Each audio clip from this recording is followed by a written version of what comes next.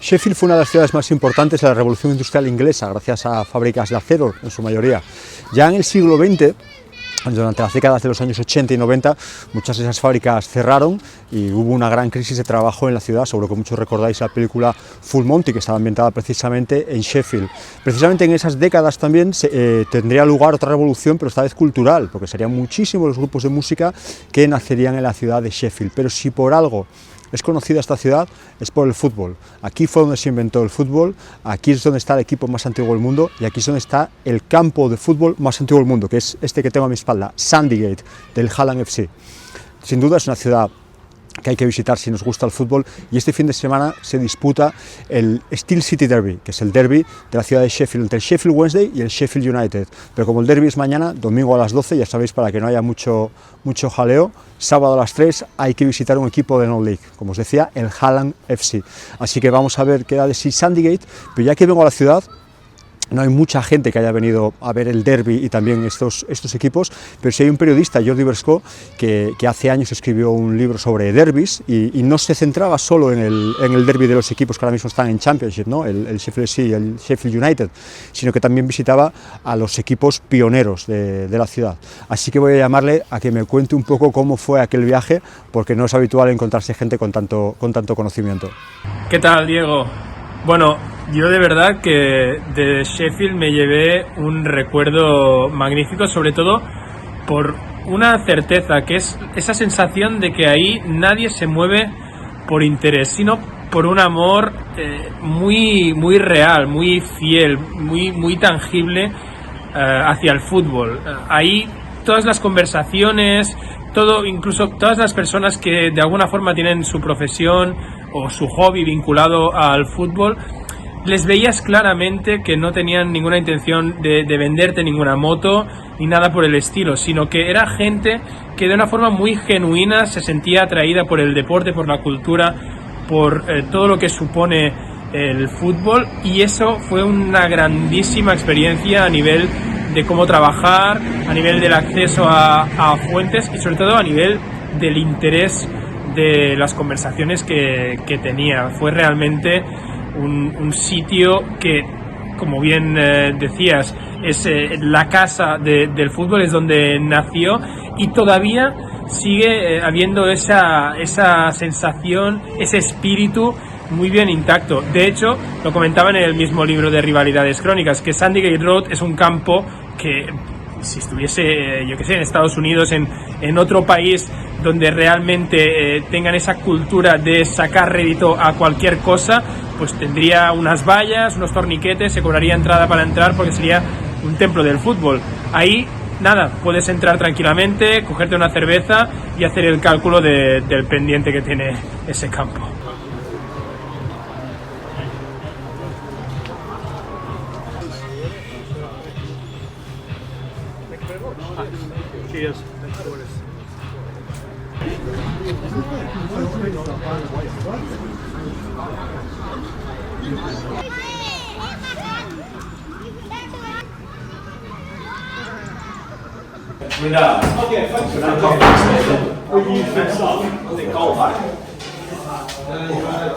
John, nice to see you. Nice to meet you as well.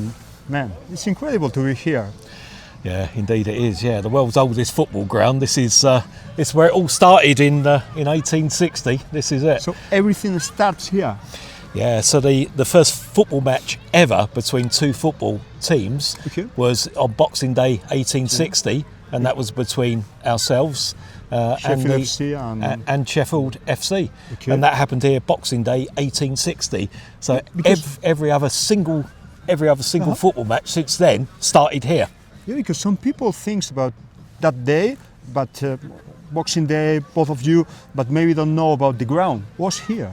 Man, it's mental.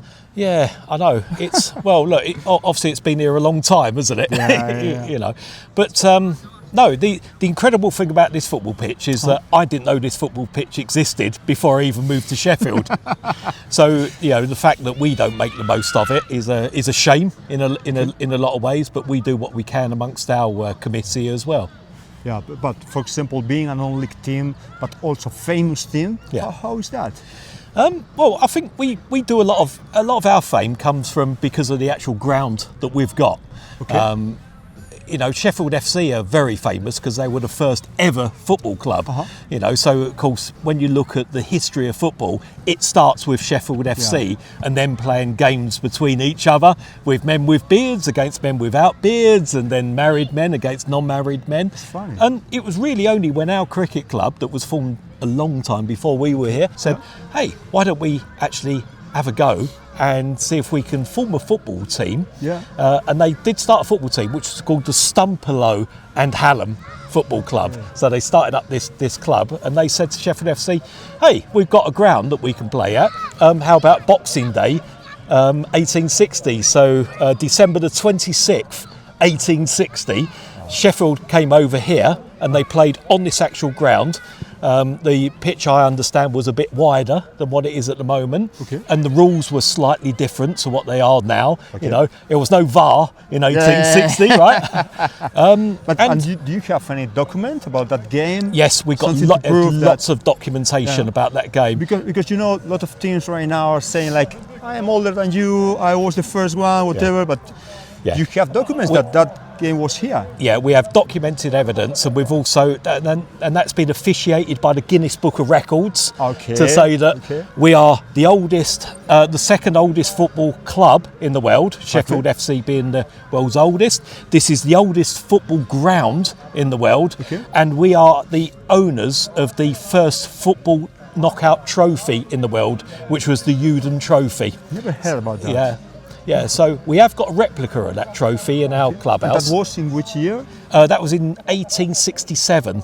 And we beat, I believe it was a team in Norfolk that we beat. And that's the last time that competition was played in 1867. That trophy went missing in the early 19th century. No one knew where it was. So someone had lost it in like 100 years ago. And it got found in an antique shop in Scotland by someone who said, "I recognise what this is, I know who should be the owners of this," and they took that trophy to a programme called the Antiques Roadshow, and they said, "I know what this is," and the person that was looking at the trophy says, "I know who the owners are," and that person gifted it back to Hallam Football Club for free. How much could be the first trophy? The valuation at the time, which was about 20 years ago, it was about between £100,000 and £200,000. And we have had value. People have said any sort of amount of money, and if you had the right people, it could be worth up to £500,000 if you had the right people that wanted it. But it's a part of football history. It's really important. That is. But football history is the ground itself, the pitch. The football history is the pitch. I'm seeing. Of course, I saw a lot of pictures of the ground. This stand, man, this is not plain. Can you explain me this, because it's going? Yeah, I can explain. So, the football pitch has a gradient of 1 in 43. So, in other words, for every metre, for every 43 metres, it drops down by 1 metre. So that's the gradient. Okay, I understand. The Football Association, actually in their own handbook on how any football ground should be, this is the gradient that's quoted as the maximum gradient that any football ground can have, and that is quoted from here. So they make the rule basing on your pitch? Correct. Makes sense. That's absolutely. First football pitch, able to play football here, it must be okay. And what do the other team say about? Oh, every team that comes here, because obviously you can appreciate that you come through the front door up there, you see and the first thing you see is, this can't be the pitch because it goes downhill far too much. But so everyone comes in here. It's better going there. No. The second half. No. It's better playing uphill. Yeah. And the reason is, and you'll see this in the match, when there's a goal kick, a lot of the goal kicks go straight out because it bounces. Okay. Yeah, makes sense. You have, and when you're doing through balls, the ball just rolls and rolls and rolls. We know how to play that. But teams that come here that never played before don't know that. And talking about other teams and rivals, last year was a very big game between you and Sheffield FC. Yeah. Because for a lot of people, of course we know you are in non-league, But man, the football pyramid of England is so crazy for us to understand sometimes. Right now you are in the eighth tier. Eighth tier, that's right. And they are in? Ninth tier. Ninth tier. Yeah. Okay, and you meet them in the cup. Yeah, so local cup. Yeah, so there's a local cup which is the Sheffield and Hallam Cup, and that's all the teams that are in the what's known as the Sheffield and Hallam Football Association area. Okay. And that's the first time we played Sheffield FC for about 5 years, but it's the first time we played them in a long time in an actual cup competition, because before that it was always friendlies. Yeah. It was full. How many people was in that game? There were 1,600 and something people in this ground. It's sold out. Maximum, absolute maximum. We sold every single ticket online, and they all sold out in about 8 minutes. And it crashed the website. It was like trying to get tickets for Oasis, and there was people ringing us up saying, "I need a ticket. I need a ticket." We're like, "We've got no tickets. We cannot put anyone else in." I remember I was checking flights and that, but man, long way was also during the week. No, it was a Tuesday night. Tuesday, that's right. Yeah. What's the average of attendance in a regular game? Yeah. So this year it's about 5,500, so 550. Last season was about the same, slightly more. Just to understand how big was that game. Yeah. Are the Sheffield teams supporting you in any way? All the teams from Sheffield, the professional ones? Well, we do get we get assistance. They do pass things down to us, the clubs. Last year we had some goals from Sheffield FC. Sheffield United passed us. We do play both clubs occasionally as well. Yeah. So we'll have Sheffield United and Sheffield Wednesday. They'll bring like a team with a mixture of their under 23s or full-time players, and that brings in a lot of crowds. But apart from that is the support we get. Sometimes we ask for things and they do supply. For an example, when we needed the tickets for one match, we got connections with Sheffield Wednesday, and they said, "Look, don't do it yourself. Just let us know who you're playing and we'll print them off for you." So, it's football. It's a close family in Sheffield, and it's really important. So we do get those sort of helps. Okay. And about the attendance again, it's very common foreigners visiting you, or how do you handle the tourist attraction that could be this ground? Yeah, and it's the same thing. So like the way that you approached us, you dropped us an email, "I'd like to come, what's the arrangements?" We have a lot of people from all over the world come in, a lot of people from South America. We have a lot of people from Scandinavia, and they come in groups from Scandinavia, 20 of them. We had a big group of people from, I believe it were Holland or Belgium, only 2 weeks ago. We had about 20 people. Oh, it's Italy they came from.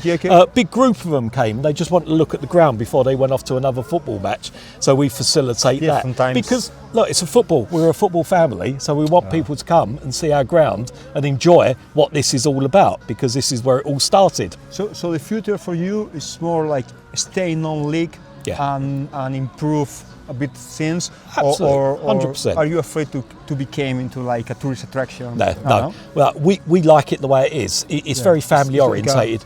Mid-term, no? Well, look, every single person that comes in this ground, all 500-600 people, I will know most of them, and these are people that I know by name and they know my name. So it's a family atmosphere. If we got too big, then there's the risks of money, there's the risks of bankruptcy and people trying to sell the assets, because the assets the ground is an asset, which is a big one, and obviously the Uden Trophy is a massive asset. So it's our responsibility, being committee members, to ensure the continuation of the club. All we are is custodians for our period that we're here.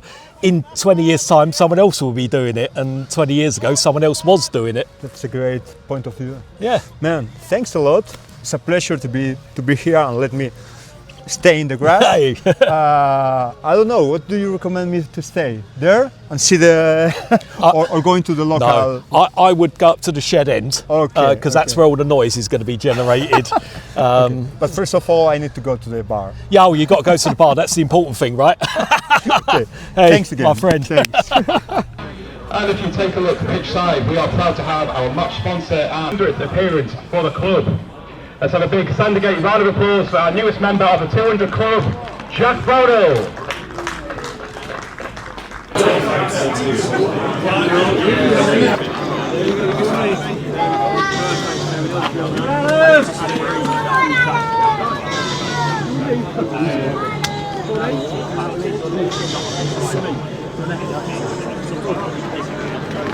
guys. Everyone ready?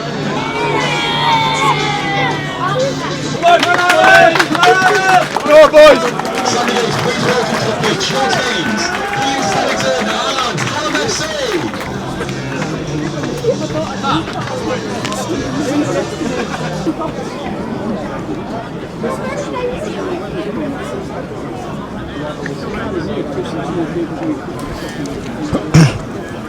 Yeah, he might be, yeah.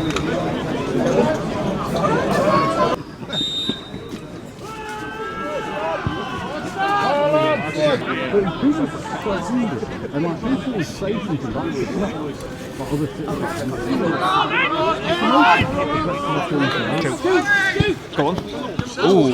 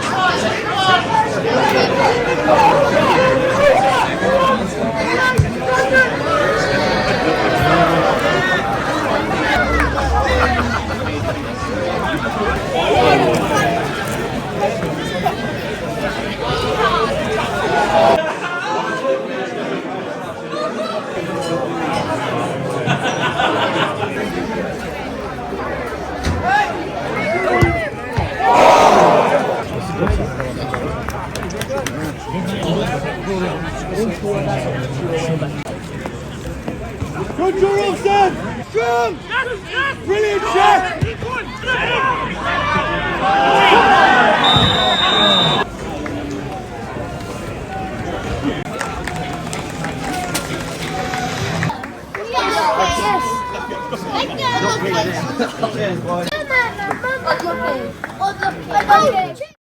Ya es el día del partido y hoy a las 12 se juega el Steel City Derby entre Sheffield Wednesday y el Sheffield United en Hillsborough. Para llegar al estadio hasta Hillsborough, porque hasta Bramall Lane podéis ir andando desde el centro, pero hasta Hillsborough está bastante apartado. Entonces lo más fácil sería venir aquí hasta la Catedral de Sheffield y pillar uno de los tranvías que suban. Y va a subir ahora, ¿qué pasa? Que son las 7 de la mañana, ¿vale? Está todo cerrado y hay gente haciendo cola en algunos pubs que van a empezar a abrir. Así que una previa de un derby a las 12 de la mañana en Inglaterra también es algo digno de ver. Vamos a subir ahora hasta la zona de pubs de los aficionados locales y os enseño un poco más.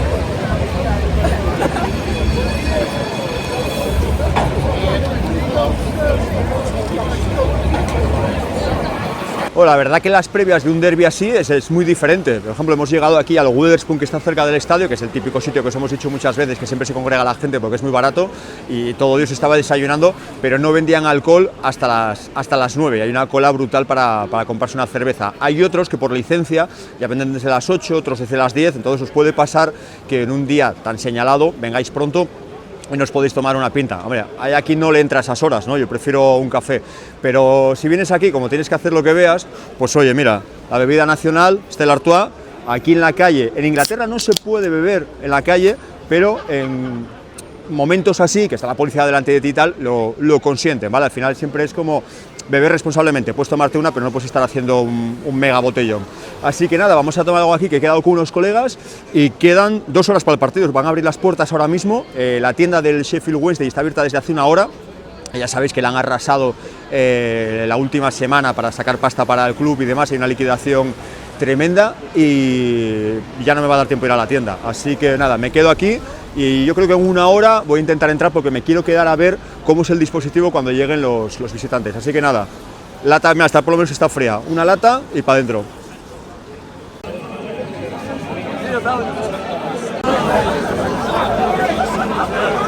Man, derby days. Yes, my favourite day of the year, or one of.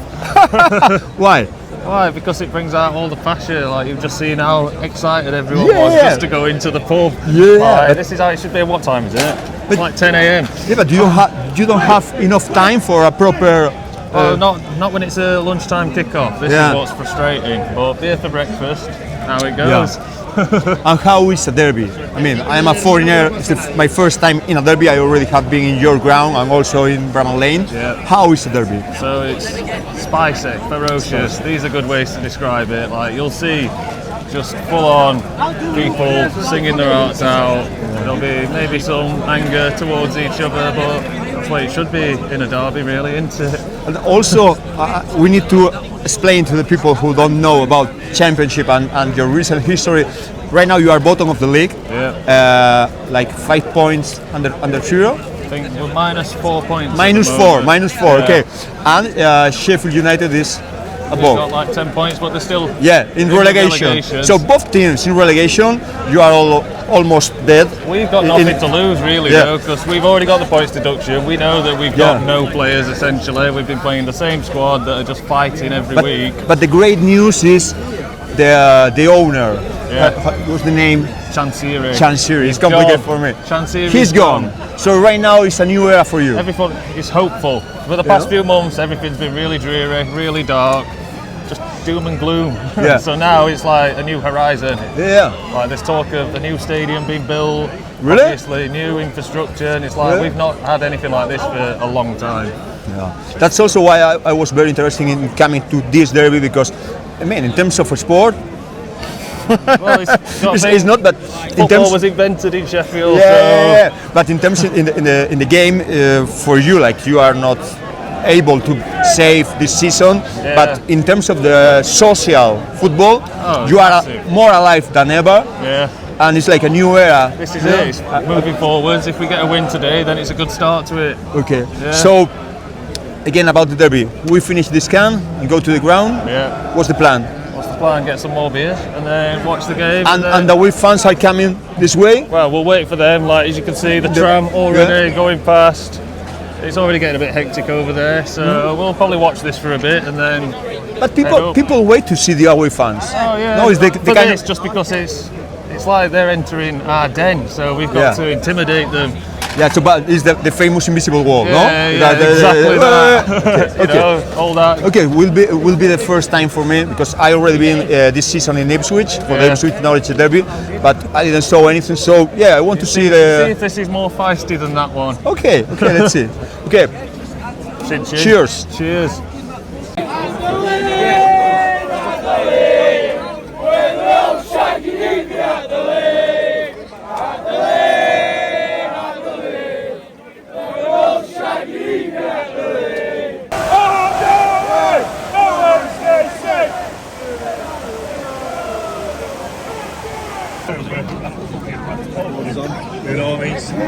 I think so.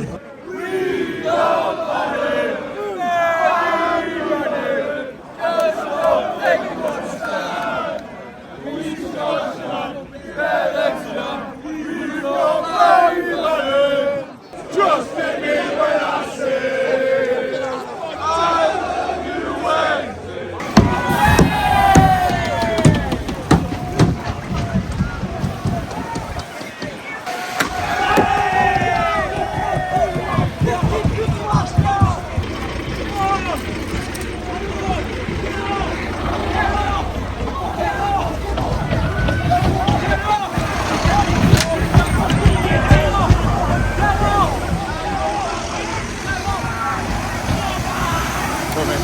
You gotta be saying that.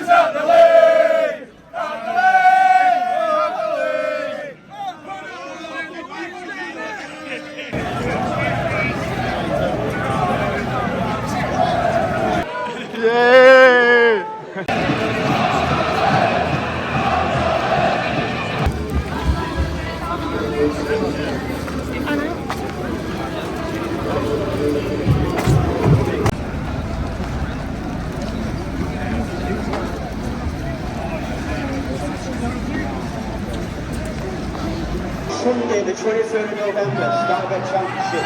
Led out by Derby West, please welcome Hillsborough, our visitors, and Sheffield Wednesday.